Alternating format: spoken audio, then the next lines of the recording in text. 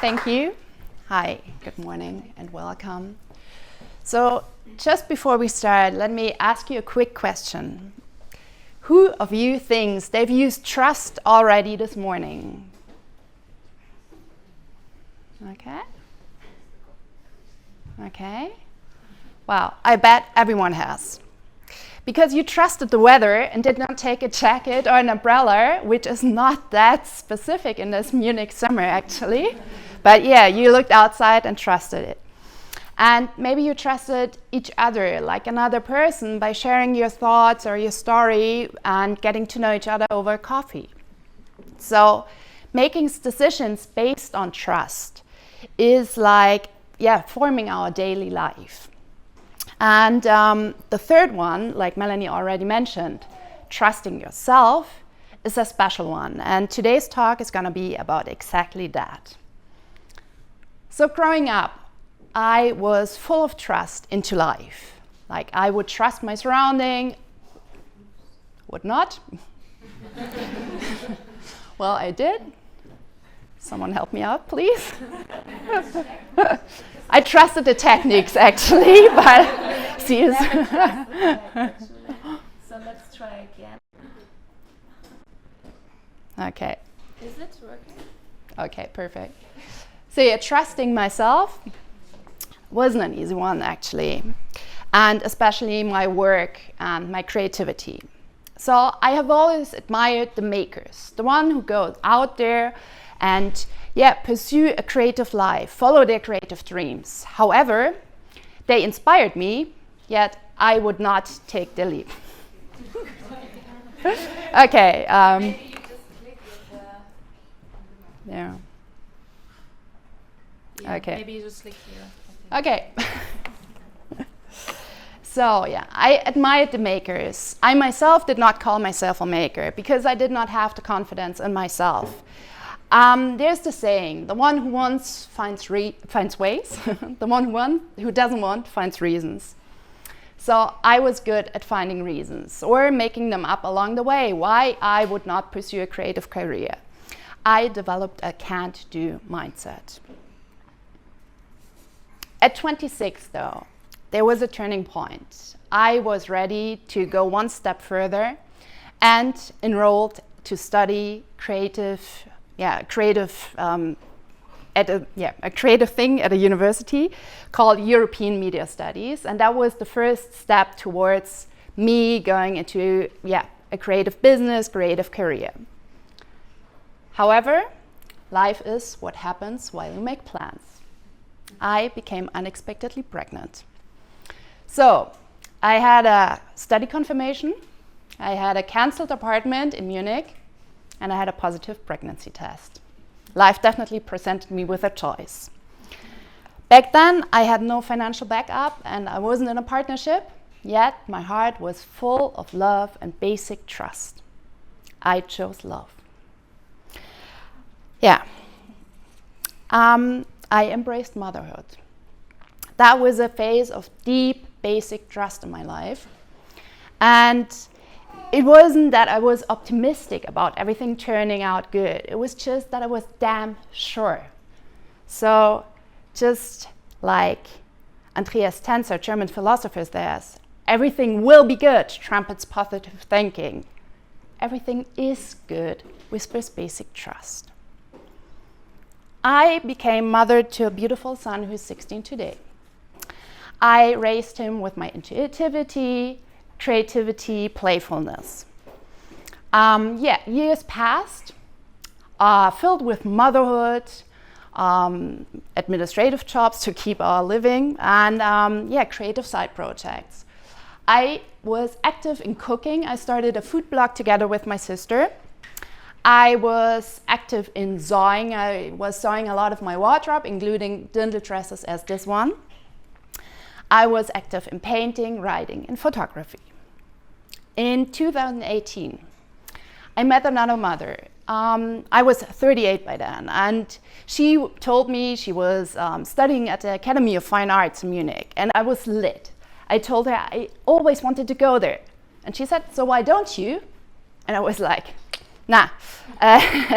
I was immediately back in my can't do habit. Like, I'm a single mother, I have to afford my living, like, how should that work out? But she challenged my doubts, telling me that there are many persons out there who study while they work or work while they study. And yeah, she said it's gonna turn out good. So actually, I embraced the challenge and developed a can-do mindset. I applied to the Academy of Fine Arts. So driven by a fusion of my future self, that was like leading me and guiding me, and yeah, that was my idea of how I would go there every day, and I had a vision of myself. At that time, actually, I got the chance to also showcase my artwork at Container of Modern Arts, COMA. Art gallery in Munich's Werksviertel. It was a 2-month preparation time that I had next to my role of being a mother, my administrative part-time job, and the application process for the academy. I did everything by myself. So from the preparation to the concept, the artwork, the promotion, even the catering, it truly was a solo show. The application at the Fine Arts, or Academy of Fine Arts, did not work out. However, it was a win for me. The professors encouraged me to show more than just one thing, or not, sorry, they did not encourage me to show, they said to concentrate on one thing.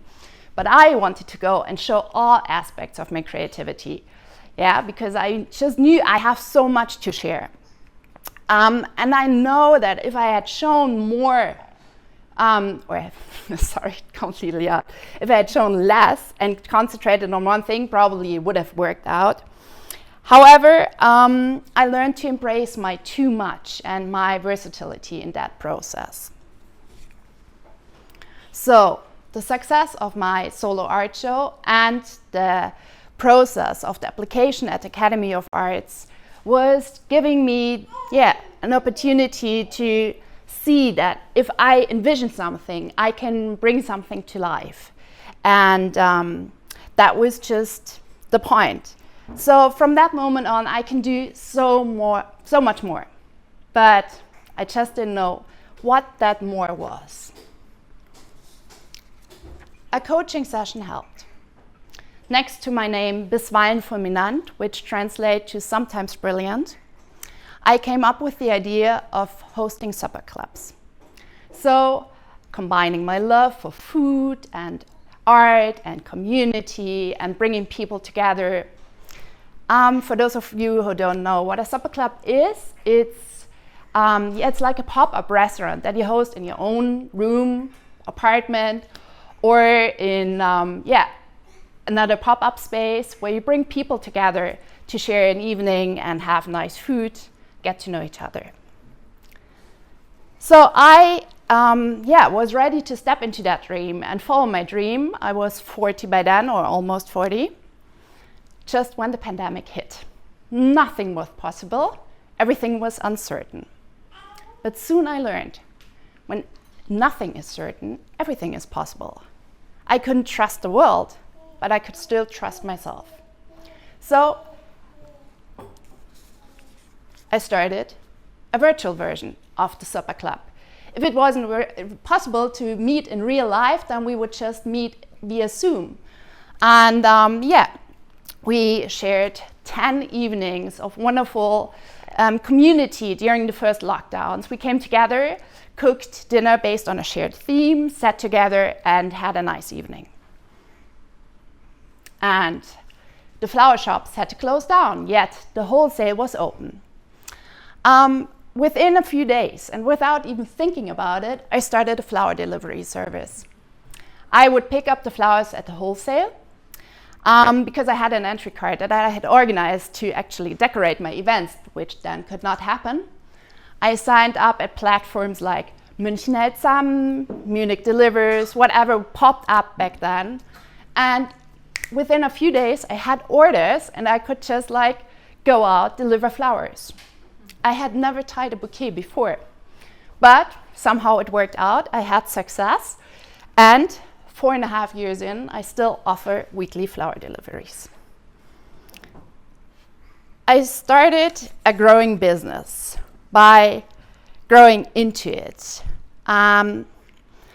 even before I started it. And I learned that trust and ideas are wonderful sources to bring something forward. Just like the Einstürzende Neubauten, the German New Age band sings, what is, what isn't is possible. I became a maker. I became one of those I had always admired. I didn't have a master plan. I didn't have a business plan, but I had love, vision, ideas, and trust, which combined to confidence. Love was the foundation of my journey, guiding me through all challenges and fueling my passion. Vision gave me direction to know where I want to go, to work towards my dreams, and to have the image of the final outcome in mind. Ideas were my tools to turn challenges into, stepping stones instead of rocks in my way. And learning to trust myself, my abilities, and my intuition was the key to overcome doubt and learning to share my creative potential and engage with the world around me. So all this together came to confidence. So confidence is just more than trust. It's the ability to really actively influence events in a positive direction. It's knowing that I can rely on myself and that I can make things happen. I'm no longer held back by doubt. So with this confidence, today I'm the most authentic me. I feel like ain't no stopping me. I love experimenting and expanding my creative business. Ever since I started my business in 2020, I have hosted 3 flower shop pop-ups. The first one was influenced by a friend of mine who owns a bar, and he couldn't open his bar back then. He was just allowed to sell to-go drinks. So he came up to me with the idea to do a flower shop pop-up, and I immediately said yes. So we organized everything. I filled his window with flowers, and we would sell flowers and drinks to go. I hosted 15 supper clubs, online and in person. Like you can see here in my small atelier space in Lehel, where 8 people can come together, or just like 1.5 months ago, a long table in an old greenhouse where I hosted 20 persons. Some of you are here today. This is where I cook everything by myself, I host, I decorate, I plan everything around it, and I do sometimes have help of friends and family, but it's still quite a solo show. I hosted multiple workshops, both for private settings as for corporate and PR events. I hosted a Christmas market. I have catered a couple of day retreats as well as full retreats. The next one is going to be in September, so stay tuned if you want to sign up. I did home cooking events and catering for small groups, but also for up to 40 persons. I was working as a florist. Get a smile because one of the brides is here. I worked as a florist for multiple weddings and events. And on top of that, I have ongoing weekly flower deliveries where I go to the wholesale, I pick up the fresh flowers, I bring them to my atelier with my cargo bike, I tie bouquets, and then I deliver them right away. So, what is to come? I learned nothing of the things I do today as a profession. Yet, turned out I didn't have to. I became all of the things I wanted to become. I became an artist, a florist, a creative person, a maker. Last year, I extended my initial wish list and added 11 more professions that I want to perform in my life. The list reads: curator, illustrator, landscape architect, gardener, designer, jazz club owner, big one, potter, speaker, author of children's books, host in my own bed and breakfast, flower farmer, and rose grower. Well, I guess I stepped into becoming a speaker today. Still a lot to learn. Thank you for listening.